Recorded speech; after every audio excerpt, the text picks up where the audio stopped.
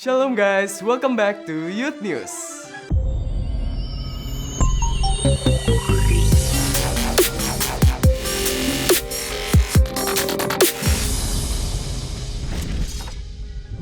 Kami segenap NDC Youth ingin mengucapkan Selamat Hari Kemerdekaan Indonesia Dirgahayu yang ke-77. Bagi teman-teman yang akan datang ibadah secara onsite, dapat melakukan seat booking terlebih dahulu melalui NDC Apps. Dan ibadah juga akan disediakan secara online, dapat diakses melalui YouTube channel NDC Youth. Ibadah NDC Youth Central Park akan diadakan setiap hari Sabtu jam 4 sore Apple Tower lantai 8. Dan ibadah NDC Youth Living World akan diadakan setiap hari Minggu jam 11 siang. Persembahan dapat dilakukan melalui scan QR yang ada di layar ini atau di kursi depan kalian. Persembahan dapat melalui mobile banking, OVO, GoPay, ShopeePay, dan lain-lain. Selamat memberi!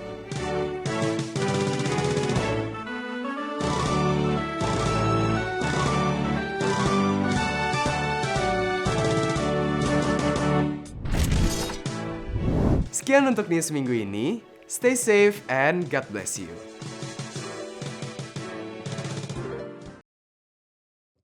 Shalom NDC Youth!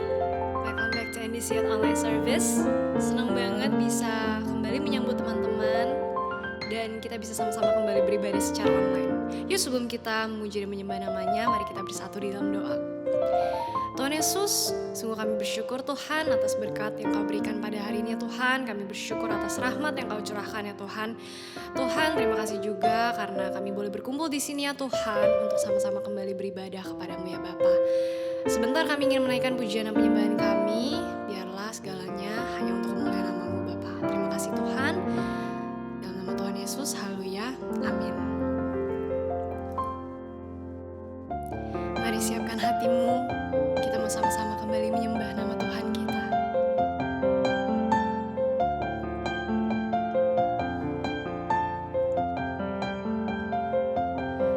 Sungguh Engkau tahu, tak ada yang tersembunyi, lebih dari kata Kau tampung air mataku, hanya padamu ku berserah. Kau Tuhan penolong di hidupku, kekuatanku hanyalah di dalam-Mu. Kau setia memulihkanku.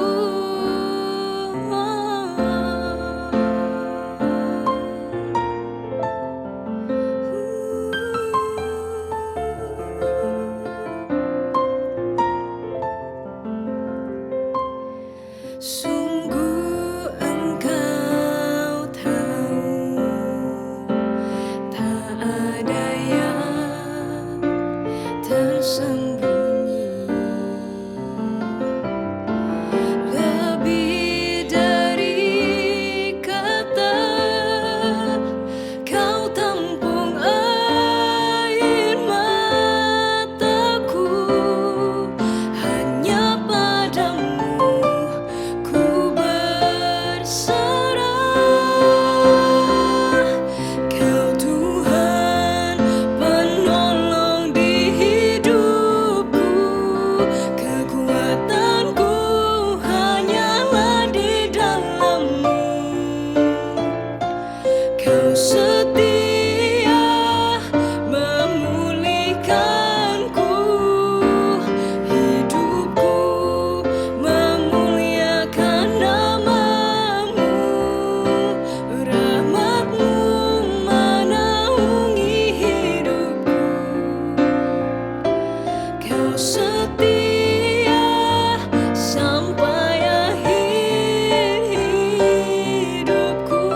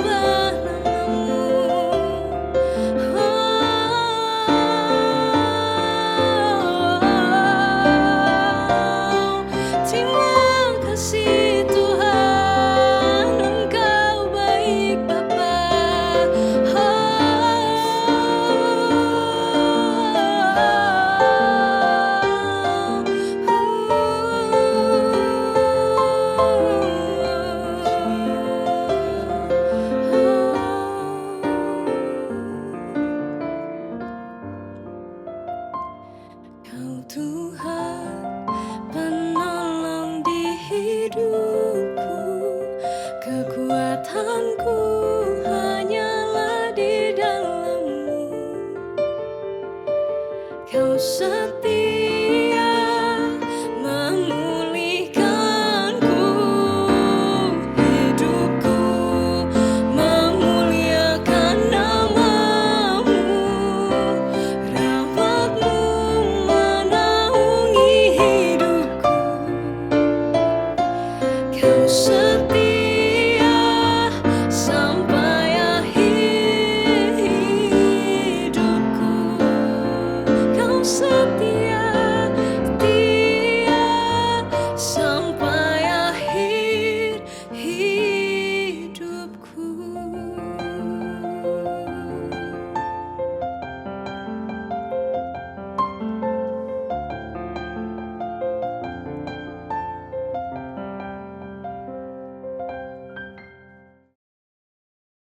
Bapa dalam surga, kami bersyukur Tuhan karena pada hari ini kami bisa beribadah Tuhan bersama-sama walaupun masih secara online. Tuhan yang berkati kami, buka setiap isi hati dan pikiran kami ya Tuhan untuk bisa mendengarkan firman Tuhan dan kami bisa sama-sama belajar ya Tuhan Yesus. Thank you Lord, semua yang percaya dan siap mendengarkan sama-sama katakan amin. Hai guys, sekali lagi welcome back to NDC Youth Online Service. Dan hari ini aku akan bawain sharing firman Tuhan yang berjudul Happiness and Richness. Or terserah kalian mau balik, richness and happiness, boleh terserah. Karena kalau ngomongin soal kebahagiaan, itu identik dengan kaya raya kan. Ngomongin bahagia identik dengan sukses. Sukses artinya punya steady job, duit banyak, lu bisa beli apa aja, lu happy. Setuju? Itu pun juga adalah konsep yang aku percaya selama bertahun-tahun. Dan sebenarnya tuh gak salah sih, karena gak mungkin sukses tapi kere. Gak mungkin kan, lu sukses nih berhasil karirnya, tapi rumah gak punya, makan susah, atau gak nyusahin orang lain di hidup kita. Gak mungkin kan. Sukses identik dengan independen, punya uang yang banyak, dan kita happy eventually. Tapi apakah betul kalau kaya raya, tajir melintir, bisa beli apa aja itu udah pasti kalian happy? Aku yakin kalian pun tahu jawabannya. Karena kita semua sering banget mendengar cerita orang kaya bunuh diri. Orang yang punya segalanya tinggal di mansion, di apartemen mewah, lompat dari apartemennya karena nggak happy. Kita sering dengar cerita artis Korea yang justru merasa katanya kosong dan hampa banget di puncak ketenaran mereka. Jadi sebenarnya ini adalah sebuah misteri yang menurut aku dan mungkin kalian semua to wonder, kenapa lu bisa nggak happy padahal duit lu banyak. Jadi ternyata richness and happiness itu nggak bisa sepenuhnya bersatu kali ya. Apa gimana nih? Bingung? Yuk kita akan bahas bersama-sama. Dan sebelum itu aku akan ajak kita buka satu ayat bahwa ternyata di Alkitab itu juga pernah dibahas masalah ini. Bahwa kaya raya nggak menjamin kalian happy. Ada sebuah masalah besar yang akan kita bahas hari ini. Yuk kita buka di Pengkhotbah 6 ayat 1 sampai yang kedua. Bunyinya, ada suatu kemalangan yang telah kulihat di bawah matahari yang sangat menekan manusia. Stop dulu. Yang nulis pengkhotbah adalah Raja Salomo. Dan Raja Salomo adalah orang yang paling kaya sepanjang masa. Dan dia tulis ini, ada suatu kemalangan yang telah kulihat di bawah matahari. Ada masalah nih, yang sangat menekan manusia. Apa tuh? Lanjut. Orang yang dikaruniai Allah kekayaan, harta benda, dan kemuliaan, sehingga ia tak kekurangan satupun yang diingininya. Stop lagi. Berarti di sini kita lagi ngomongin someone yang Tuhan kasih kekayaan. Berarti duit ada nggak? Ada. Harta benda ada. Dia mau beli AJ, mau beli baju baru, sepatu baru, mobil baru. Gokil, no problem. Duit ada, cash loaded ya. Dan kemuliaan. Jadi mungkin dia terhormat, terkenal, mungkin followernya banyak di Instagram, selebgram, atau dia punya jabatan yang tinggi di kantornya, di pekerjaannya. Pokoknya, wah dia punya kemuliaan lah di situ. Sehingga ia tidak kekurangan satupun yang diinginkannya. Jadi ingat, money is not a problem ya. Tetapi orang itu tidak dikaruniai kuasa oleh Allah untuk menikmatinya. Wah, ini problem yang sangat menakutkan. Melainkan orang lain yang menikmatinya. Inilah kesia-siaan dan penderitaan yang pahit. Pernah kalian mikirin ini? What if kalian so rich, so successful, tapi nggak happy? Karena kita seringkali justru berpikir, coba ya gaji gue lebih banyak, pasti gue lebih happy. Sebenarnya nggak salah juga sih. Karena kita ya kalau kita dapat uang lebih banyak dari yang kita punya sekarang, sehari-hari ini uang saku kalian mungkin, atau yang udah kerja dapat penghasilan, pasti kita tahu kan, aku bisa lebih longgar nih, makannya lebih enak. Aku bisa bawa pacar aku jalan-jalan lebih sering, lebih ke tempat yang mahal. Sehingga pasti aku lebih happy dong. Sebenarnya, logically speaking, yes, penghasilan nambah kalian lebih happy. Tapi ternyata ada masalah nih. Yang nulis Raja Salomo. Dan Alkitab bilang, dia punya semuanya, tapi tidak dikaruniai kuasa oleh Allah untuk menikmatinya. Melainkan orang lain yang menikmatinya. Inilah kesia-siaan dan penderitaan yang pahit. Pahit dan sedih banget ya ketika kalian punya segalanya, yet nggak happy. Can you imagine that feeling, that empty feeling? Gitu. Dan aku langsung ingat sama seseorang yang aku kenal. Aku mengenal teman aku ini waktu aku kuliah di Singapura. Cewek ini adalah cewek tajir melintir karena papanya sultan. Kalau aku sebut namanya, kalian Google, ketemu mukanya. Serius. She's very famous, very rich gitu. Aku beruntung bisa kenal sama dia karena di kampus ada teman-teman, akhirnya kenalan bareng, jalan-jalan. Dia setajir apa ya?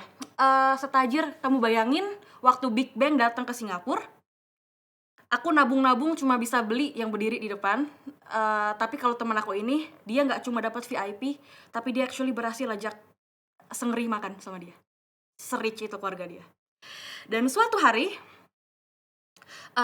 dia lagi stres gitu sama cowoknya putus, dan dia ajak aku sama beberapa temannya untuk shopping gitu di Takashimaya. Ini mungkin ada yang tahu kalau pernah ke Singapura.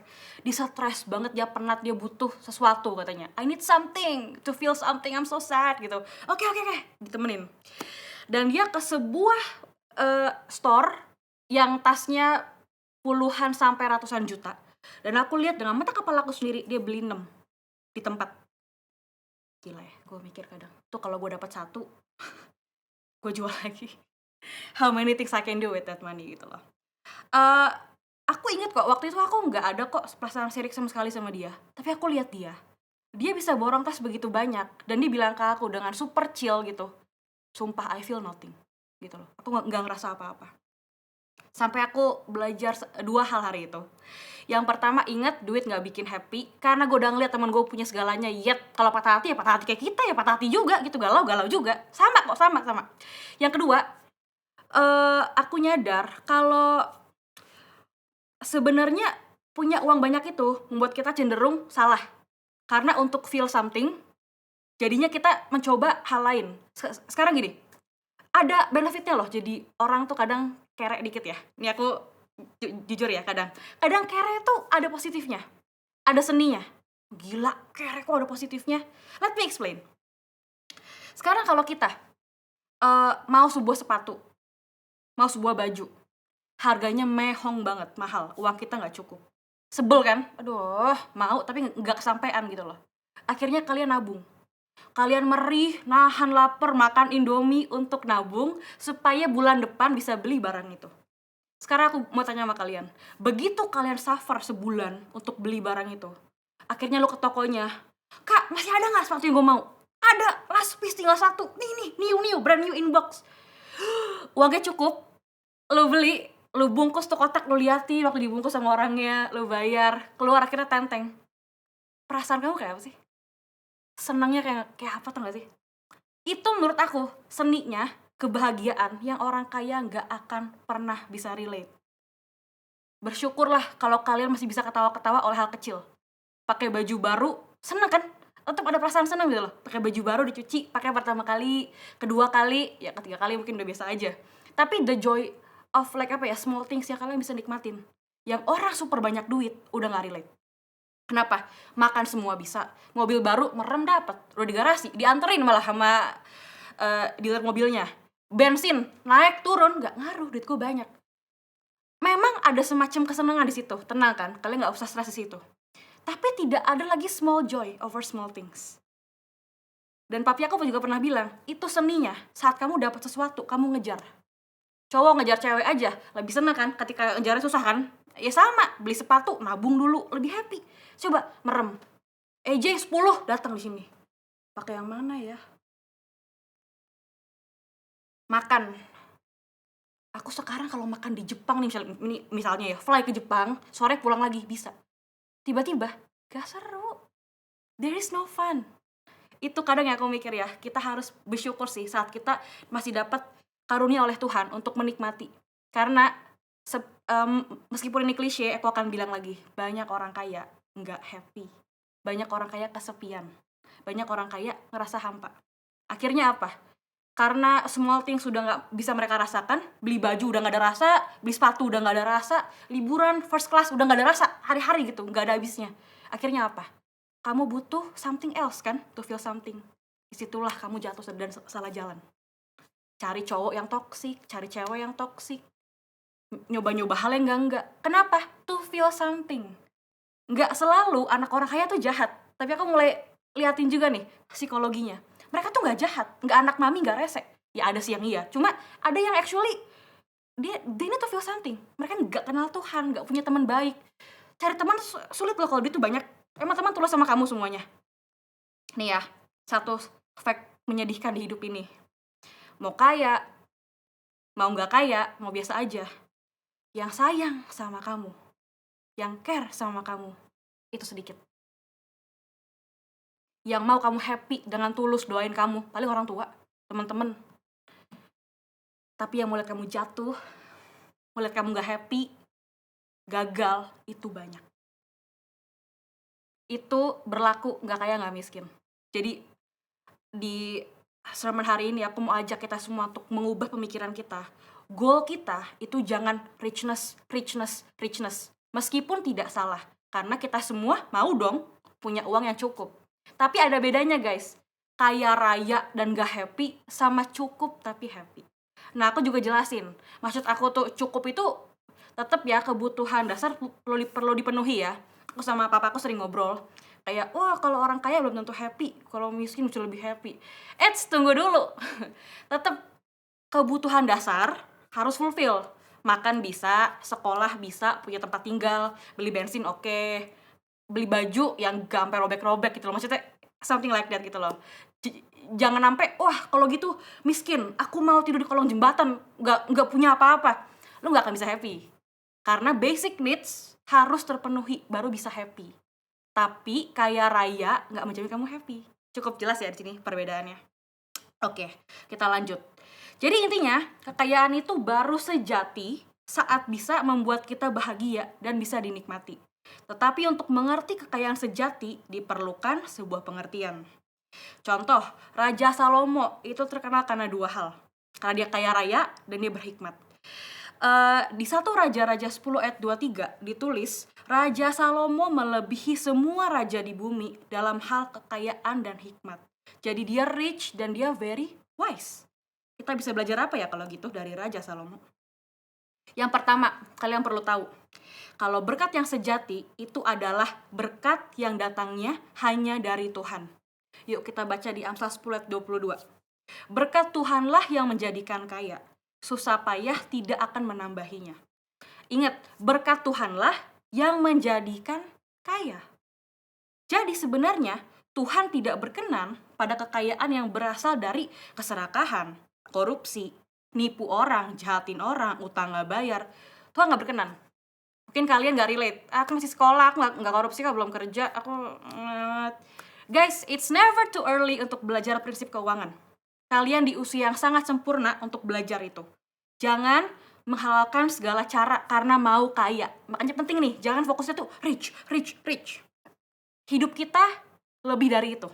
Goal di hidup kita nggak sekedar kaya dan banyak duit. It's more than that sebenarnya guys. Di Amsal 21 ayat yang ke-6, memperoleh harta benda dengan lidah dusta adalah kesia-siaan yang lenyap dari orang yang mencari maut. Sia-sia. Malah ada survei yang mengatakan kalau kamu sebenarnya tajir gara-gara korupsi atau nyolong, nggak jujur, sebenarnya kamu tuh nggak ngerasain fulfillment itu. Oke, aku udah nyolong sekali, sekarang duitku udah aman, aku tenang, gitu aku tidur. Enggak, kamu cenderung serakah dan pengen lagi. Jadi itu kekayaan yang kamu nggak tenang gitu loh. Rich tapi nggak happy. Aduh, ini Selesai ya, rich and happiness ya. Berat gitu loh. Jadi Raja Salomo pun tahu bahwa motivasi kita saat kita bekerja dan mencari uang seharusnya tidak membuat kita serakah sehingga menghalalkan segala cara kayak berdusta, nipu, ngutang nggak bayar, kabur gitu loh. Penting bagi kita untuk fokuskan diri kita untuk sadar bahwa sumber berkat sejati itu datangnya hanya dari Tuhan. Dan Tuhan memberkati kita saat kita punya pekerjaan yang halal, kita jujur, kita rajin, itulah berkat yang sejati. Itu yang bikin happy. Itu yang bikin fulfill, yang bikin tenang, yang bikin puas, dan bangga sama diri sendiri. Emang kamu bangga sama diri kamu? Oh, gue tajir. Kamu tahu tuh duit nyolong punya orang. Kamu gak ada self-respect itu kan? Beda rasanya, kamu naik first class nih, atau naik pesawat bagus gitu. Gila, I work so hard for this. Kamu tuh kayak akan respect yourself more untuk hal itu. Jadi berbanggalah kalau kamu bisa berbangga dengan hasil kerja keras kamu. Nikmatilah, gak ada yang salah kalau itu dari sweat kamu sendiri. Amin? Oke. Hal yang kedua yang perlu kita ketahui adalah kekayaan apa sih? Berkat apa yang bisa membuat kita happy dan itu sejati gitu loh. Yaitu berkat yang dinikmati dalam Tuhan karena kita berhikmat dalam kekayaan kita. Kayak panjang banget ya. Aku pendekin deh. Poin kedua, berkat yang dinikmati dalam Tuhan. Artinya apa? Bukan tentang uangnya, namun hikmat sangat dibutuhkan dalam mengatur finansial. Dan mengontrol diri kita dalam segala keadaan keuangan kita. Karena bisa menentukan jalan hidup kita. Tadi aku udah ngomong, it's not about the amount, the value. Ci, salah Ci, tetap Ci. Kalau duit banyak, better. The more, the better. Oke, kalau gitu kita intip sebuah cerita yang terjadi pada tahun 2013 kepada seorang gadis berusia 17 tahun bernama Jane Parks. Dia di usia 17 tahun memenangkan lotre loh. Jadi lu gak usah kerja keras nih, geber aja gitu, dia menang. Sebesar $1 juta. $1 million. Kalau yang khotbah Ko JJ, dia akan kursin di Indonesia kan. Aku gak usah, udah, kita gak usah pikirin, dah. Lu tahu aja $1 juta, pusing. Dia di usia 17 tahun. Berapa banyak yang nonton berusia 17 tahun? Can you imagine? Menangin uang sebesar $1 juta. Kalau kamu gak akur sama keluarga kamu udah cabut tuh sih, bye-bye pasti kan. Putusin hubungan sama keluarga. Kenapa? Duit udah aman. Sehingga sebenarnya ini gak baik sih kalau kamu terlalu muda pegang duit banyak. Oke, jadi itu dia di tahun 2013 ya, umur 17 tahun. Lalu long story short, saat dia berusia 21 tahun, Jane Parks kembali ke perusahaan itu dan dia menuntut perusahaan lotre itu. Dituntut sama dia. Loh, kenapa? Kalau menang dapat banyak duit. Dia tuntut karena perusahaan ini mengizinkan anak semudanya untuk ikut. Harusnya enggak, gua tuntut lu. Lah, bukannya lu menang. Udah menang ya lu, pergilah lu happy-happy gitu loh. Tapi dia marah, dia kecewa, dia nyesel. Dia tuntut balik ke perusahaan. Mestinya lu gak boleh izinin anak semuda gua, umur 17 saat itu, ikut untuk menang lotre. Gitu loh. Kenapa guys? Dari usia 17 tahun itu, dengan rentan waktu 4 tahun terakhir, Jane mengatakan bahwa dia sebenarnya hidupnya hancur dan dia harus sebenarnya nggak siap untuk pegang duit sebanyak itu. Sekarang gimana? Kalau duit banyak di usia muda, emak lu kasih tau apa lu marah-marah kan? Berisik lu, jangan banyak ngomong deh, duitku banyak kok. Gitu. Berantem dikit sama orang tua, kabur. Kenapa? Gua nginep di Kempinski sendiri, bisa. Akhirnya nggak ada waktu untuk perbaikan. Apalagi cari pacar yang tulus sayang sama dia, bukan ngincar duitnya. Susah. Apalagi suka dikit dengan tas, suka dikit dengan sepatu, beli. Akhirnya apa? Dia kaget gitu loh, kayak aku nggak siap ya, kok tiba-tiba aku bisa beli semuanya. Tiba-tiba semua teman-teman gue yang dulu gak dekat sama gue datang ke gue, semua orang mau minjem duit, minta apa. Karena kasus Jane ini cuma satu dari 4 cerita yang aku baca soal orang menang lotre dan stres semua akhirnya. Karena tiba-tiba keluarganya mau ini, mau itu, minta ini. Yang paling ekstrim, ada seorang pria dibunuh oleh adiknya sendiri karena adiknya adalah ahli waris dia. Jadi kalau si pemenang ini meninggal, duitnya buat dia gitu. You never know, gak bisa imagine the things people will do for money. Bunuh-bunuhan, depresi, gak happy. Intinya, Jane ini merasa hidupnya hancur dan tertekan semenjak dia menang, dan dia tidak pernah happy lagi. Tuh, kayak tadi aku bilang di awal, beli tas udah gak happy, ke Disneyland udah gak happy, liburan ke Jepang, ke Eropa. Dulu kita, wah, foto-foto sampai norak-norak. Jadi sekarang dia udah, nih gue pulang lagi sekarang, terus gue kesini lagi, duitnya ada. bodoh, gak happy, gak kayak liburan, biasa aja gitu loh. Nah, itu yang ngeri deh ketika lo udah gak happy dengan duit lo banyak. Aku tuh berdoa ya, jangan sampai ya amin sukses, tapi tiba-tiba yuk makan enak, biasa aja. Yuk kita ke Jepang prewed Jaslyn sama suami aku gitu, dia senang gitu, akunya gak happy. Jepang biasa aja. Kenapa? Begitu seluruh dunia udah kita dapet, lo mau kemana sekarang? Mau ke Mars? Belum bisa. Bayangin kita gak happy dengan duit banyak. Nah, tanpa hikmat dan pengertian dalam mengatur uang, kekayaan banyak tidak bisa membuat kebahagiaan. Jane nyesel dan dia bilang, ya berharap gue gak pernah menang. Karena sekarang aku gak happy. Beli semua bisa, aku udah don't feel joy anymore. Bayangin. Jadi guys, inti dari cerita ini dan sharing aku pada hari ini adalah kita harus sadar bahwa tujuan hidup kita itu simple. Goalnya cuma satu. To be happy. Dan sedihnya, itu goal paling sederhana yang kita semua lupa. Aku nggak bilang nggak perlu kaya ya, nggak perlu rich. Ya kalau kalian bisa rich, memberkati orang, bawa keluarga liburan, bisa menikah, punya rumah yang baik. Ya itu dream banget, bagus. Jangan jadi nggak mimpi gede gitu. Be rich. Tapi jangan dijadiin patokan utama. Itu bukan yang paling penting. Hidup kita, tujuan kita jauh lebih besar dari itu. Muliain Tuhan, memberkati banyak orang dengan uang kita. So the goal is not to be rich, but to be happy. Tapi memang benar, kalau nggak ada uang cukup juga kita sulit buat happy. Jadi apakah wisdom hari ini sudah sampai di pikiran dan hati kalian? Karena aku harap message yang aku sampaikan pada hari ini, cuma sebentar ini, will stick to you through time. Sampai kalian gede nanti, sampai kalian lulus, punya kerjaan, punya gaji pertama, udah nikah, aku harap ini bisa terus kalian ingat dan jadiin pedoman hidup. Karena ingat, happy-happy itu beda sama yang namanya damai sejahtera. Duit banyak, happy, belum tentu damai sejahtera. Tapi ketika kalian cukup, memberkati banyak orang, itu damai sejahtera. Yuk kita doa teman-teman. Terima kasih Tuhan sudah memberkati kami semua dengan firman-Mu yang sangat luar biasa pada hari ini Tuhan. Dan kami juga siap Tuhan untuk menjalani dalam hidup kami sehari-hari. Tuhan yang berkati kami supaya kami menjadi anak yang berhikmat dalam mengatur keuangan kami Tuhan. Mau mengejar happiness. Dan juga kami kalau kami akan ada Tuhan di sekolah kami, di kuda kami, dan di teman-teman kami, di gereja kami. Please make us great blessings for them. Thank you Lord, semua udah percaya katakan sama-sama. Amin. Okay guys, enjoy your circle and God bless you.